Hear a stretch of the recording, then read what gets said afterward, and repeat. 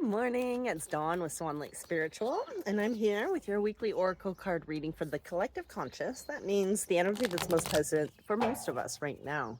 There's often many common similarities that people are working through things at the same time, or common energies that are surfacing for a lot of people, and we're all navigating different things. So today we're going to do a new moon goddess intention spread. There was a new moon a couple weeks ago on the 27th of April, I believe. Ooh, maybe it was a week ago. The card revelation just dropped out. The new moon spread is going to help us get some insights and guidance about the quality of our intentions, what we're intending to create, whether that's in our relationships, our career, our personal life, our hobbies, our joys, our business, whatever we're working on. The new moon intention is going to give us clarity and revelation. Goddess Lazy has shown up. She just jumped out of the deck while I was shuffling. And so what this means is that we're actually going to have a revelation about our intentions. There's going to be something that's going to bring us a little bit more clarity, and we're going to get more confident in what we are creating. So this revelation is going to help us to see the truth of what we're doing. But first of all, I'm just shuffling right now, next of all. And so we're going to pull 6 cards. This is just going to help us to continue to sow the seeds that we've planted, continue to nurture, nourish, and give them the right conditions to grow. So what do we need to do for the seeds we've already planted, right? The idea we had, the dream we had, the action we started to take, the research we took, the people we were talking to.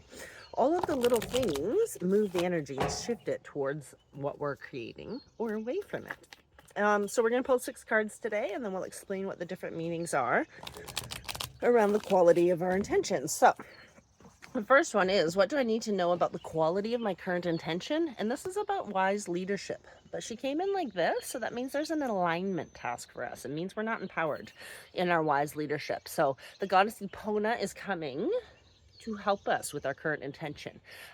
Wise leadership often means that we're going to gain wisdom, and that we're acting from a place of wisdom, that we're acting from a place of leadership that is leading by example, that is in the highest and best good. So the quality of our intentions are actually from a really, really good place. And that's a vantage point of seeing the big picture. So wise leadership is an amazing card to have in that first spread, in that first position. Now, how do I co-create from my most empowered self? This is about rebirth. Isis, goddess Isis, and she also came in upside down. So she's also in an alignment position. And so rebirth is really about the season we're in, spring, and it's about renewal, and it's about this death of the ego, death of our former self, death of everything we knew about our life, and rebirthing it. Many people are going through divorces. Many people are selling houses. Many people are changing jobs. We're in this global constant shift, global rebirth, global awakening. And so right now, this is the card that is most predominant for us about creating. So it's about accepting that rebirth process in order to create. Once we accept that the old us is dead, we can't get her back.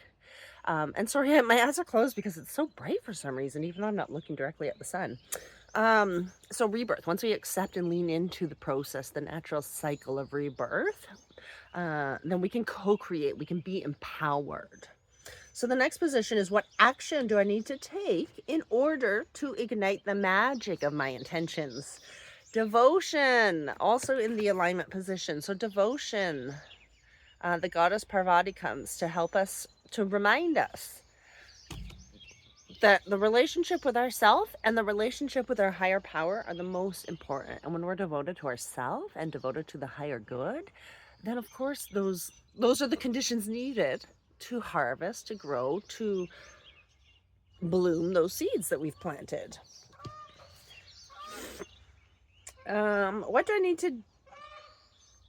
I need to do to co-create for my highest good at this time? So the first question around co-creating was, how do I co-create from an empowered place? This one's, what do I need to do to co-create for my highest good at this time? Ambition. And she came in an empowerment position. So we're empowered in chasing our dreams. We're empowered in recognizing all of that potential energy, that ambitious drive underneath the surface for the seed to bloom and sprout. That's the action. That's awesome. And then 1, 2, 3, 4, number 5, what is the potential outcome of my intention? The sun, also in an alignment position. The sun is basically like your wishes coming true. The sun is like you in the center of your universe, shining brightly, attracting, and things revolving around you. So you're in your most magnificent glory when you're shining bright like the sun here. And then what if at all, do I need to do to course correct to be in alignment? So if you're not in alignment, if these cards are showing you that there's a bit of work you need to do and you're not quite, your intentions may not be aligned with what your soul came here to do. Your intentions may be from a place of ego or fear even, or the societal conditioning, the expectations of what you're supposed to do. But if you need to course correct, if you need to do things differently to get back on track, go with the flow. Rhea, the goddess Rhea, reminds us how water seamlessly goes in and out of the cracks and wears away the most jagged of rocks. And it just goes. It doesn't force, it doesn't fight, it finds another route. It finds another way. And the universe redirects us. And when we're open, we recognize when the redirection is for our best good. And we recognize that even though it might feel like a painful ending, that rebirth is leading us towards our higher path. So these are actually really insightful cards for us to have today in terms of the intentions and the seeds we've planted in the last new moon, as well as in general, the intentions that we're working on. Even if you didn't do a specific ritual to try and manifest or attract the things in your life that you want to create, it's still happening. You're still co-creating with the universe, whether you put your intention into it or not. So you might as well put some conscious attention and awareness into your intentions, into your goals and experiences. So the first one, what do I need to know about the quality of my current intention? And it's Epona, wise leadership. Being overly assertive and determined to take action is not in your favor at this time. If you feel afraid of making a mistake or worried that you will somehow compromise yourself or disappoint someone else, consider this a time to regroup and assess the details. As the goddess Epona knows, not all paths are meant to be explored. Not all battles are meant to be fought. Not all opportunities will pan out. Beware of the tendency to overreach.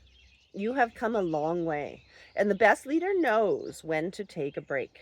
Your task is to hold back and breathe deeply, trusting fully that when the time comes to act, the goddess Epona will guide you. You don't want to act too soon out of fear and insecurity, or even hubris, as you will surely slip and lose your stance. Take heart, for this is the perfect moment for a time out to see what the goddess Epona truly has for you. The divine has you safe and secure. You just need to wait. So this is a good one about not acting, right? We planted the seeds of intention, and now we just need to let them do their thing. Give them some time and space to break out of their shell and begin to sprout. There's no action required from you at this time. And so if you're feeling like you need to do something, or there's more that you can be doing, or you feel helpless, this is a time for you to just step back. Just take a rest, recalibrate, take a break. The next one was about how do I co-create from my most empowered self? How do I co-create? And this is the goddess Isis of rebirth. And what she says is, the goddess Isis, with all her powers of reincarnation, has a message for you. You're not broken. You're not wounded beyond healing. And opportunities are not necessarily lost forever. Your insistence on defining yourself by your losses and wound stories are not serving you now. Your alignment task is to fully accept things as they are. Choose to find a way to put the pieces back together, let die what doesn't serve you, and focus on what works. There's so much goodness to come from this situation. Even if in this moment you feel trapped, the goddess Isis wants only the best for you. As your fierce ally, she will challenge you when you go off track. So pick up the pieces, tell a new story, and find home again. You will be amazed at how beautifully things come together when you reject the trap created by the stories you tell yourself. You have the key, so use it. This reminds me of a card in the tarot where the picture is a girl locked in the cell and the key is right beside her, but she's too sad and too hurt to even see clearly that the key is right there. The key to her release and her freedom is right in front of her. And so sometimes we get so caught up in the death, so caught up in the grief, so caught up in the loss that we forget about the next stage of rebirth. And we forget that there's actually good to come, even if right now we can't feel it. And so we know that this is just a temporary state. The next one is, what action do I need to take in order to ignite the magic of my, is it intentions? Yeah, the magic of my intention. And we got 42, Parvati.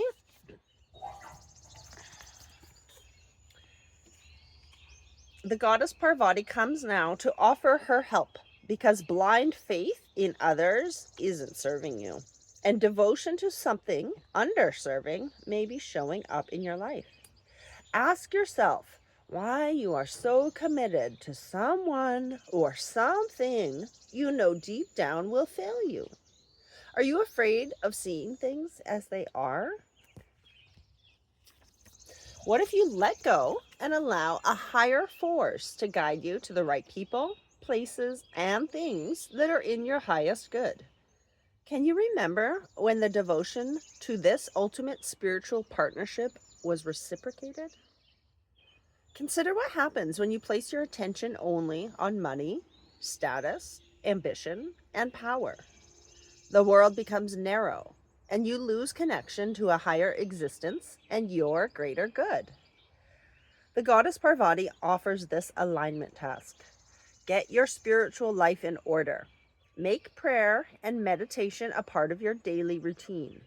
Act as if you believe that what is for you won't go past you, and that what must proceed will do so without your interference. You will be amazed at how everything falls into place. The goddess Parvati reminds you that you are so loved and cherished. Okay, so that's what you need to do to course correct, is to work on that relationship with yourself. Listen to the guidance from the divine. What do I need to do to co-create for my highest good at this time? What do I need to do to co-create for my highest good at this time? And if you remember, this is ambition, and she's in the empowerment position. Nike. So the Greek goddess Nike asks you to be present to the beauty and richness discovered in your life so far. You've come the distance. So, what are your wins? Celebrating them is key right now to enable you to co-create even more. You live in a world where you may have felt that you are not allowed to celebrate your victories, lest you be cut down for being self-centered. Perhaps you were raised in a family that discouraged you from shining in an authentic way. Being successful at the game of life requires you to refuse the message that you are too much or not enough. Your biggest win is to be yourself, accepting yourself exactly as you are, releasing the idea that you are flawed in any way, and expressing yourself with authenticity. This is the true power of the victory goddess Nike expressed through you. The goddess Nike has another message to share. If you've been struggling to move to the next level of your life, working hard and putting the time and effort in, you will soon find you are finally winning. Your determination and commitment to your intentions are manifesting in your life with beautiful results. When you are winning, the world wins too.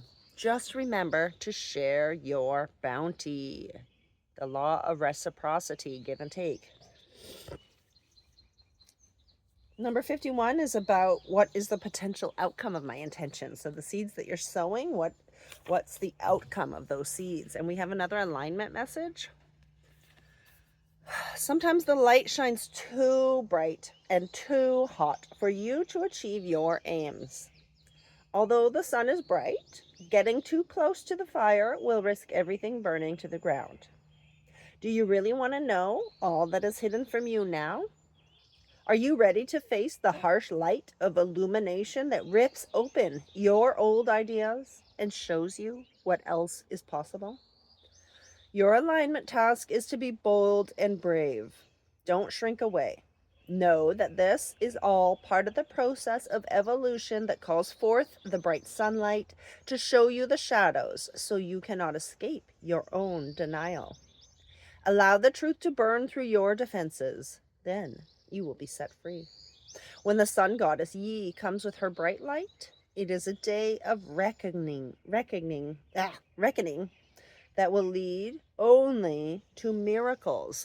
For me, this goes hand in hand with lazy revelation that came at the beginning, because it's actually not saying, because she wasn't in the empowerment position, right? So she's not saying that the outcome is that you're going to be shining so brightly. She's saying that you might shine too bright that you scare other people away, and then you might retract, and you might start to see your own shadows and then retract. And that's a way that we self-sabotage. So when we're happy and shining bright, and then all of a sudden we recognize parts of ourselves that we've been keeping hidden or that we don't fully love and accept, we're going to be made aware of it, and we're going to give a chance to honor those, to fully lean into all parts of us that make us whole, that make us who we were today and how we came to be today.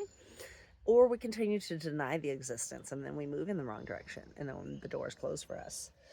So you're actually going to be doing a lot of work this next little while in terms of these intentions. There's a lot of cleaning out of the old weeds and a lot of loving and accepting that needs to happen of what is in order to step fully into alignment, which is why the next position is great. How do I, if at all, course correct to be in alignment with my highest good? And this is the goddess of going with the flow. So this is Rhea. Number 44. And so when Rhea comes in, do you notice when you're in alignment with the universe that everything seems to just flow? The Greek goddess Rhea, whose very name means flow and ease, comes to let you know that you're entering such a time. While the flow state is not permanent for most people, it's a beautiful feeling that allows you to lose yourself in the rhythm.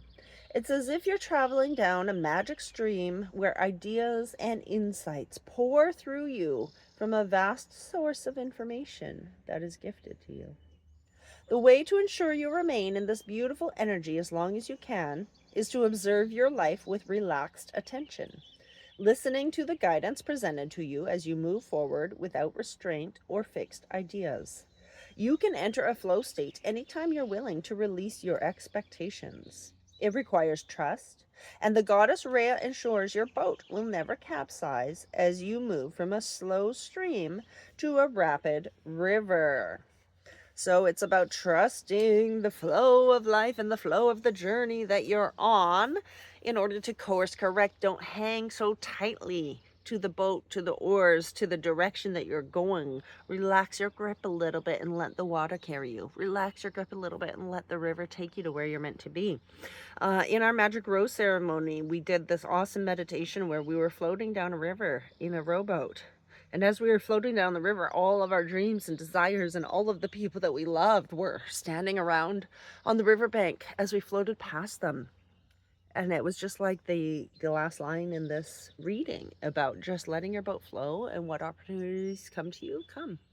And notice how they come. Notice how easily they drop into your lap, the ideas, the solutions, all of the creative problem solving comes to you when you're in that flow state. I am going to quickly just read Lazy, Goddess of Revelation, as she popped up at the very beginning for us. So I just want to give you that message before we sign off for the week. And she also came in an alignment position. So number 29, Lazy. Sometimes life throws you a curveball, and it feels like you've been hit by lightning. Perhaps a romantic partner betrays you suddenly. An illness strikes someone close to you. A job you expected fell through. The new employee turns out to be a dud, or you get a huge tax bill. No matter what the subject, your task is to pivot and course correct according to the needs of the event. Even if you don't understand what's happening, don't second guess yourself. Some things are not meant to be predictable, and detours may be exactly what you need. Loss or bad news aren't the only options in this situation. You may have just been offered something you've always wanted, such as a proposal from a lover, a better job, or the chance to move. Your tendency might be to try and control the circumstances or worry you may not be prepared for the change. The goddess lazy reminds you that the great goddess will never give you more than you can handle. Your alignment task is to surrender to what is in front of you. You can do this. So, as the winds of change, as the seeds of change are upon us, and as we are losing our old identity and rebirthing into a new one, the goddess Lazy reminds you that you can handle whatever comes your way. So, the less you resist, the more you lean into surrender and let go of what's happening around you and stop trying to control the outcome or control the experience, if you just surrender and accept it for what it is, that you'll actually have a easier time coming into flow with Rhea and into flow and into alignment with what's meant for you.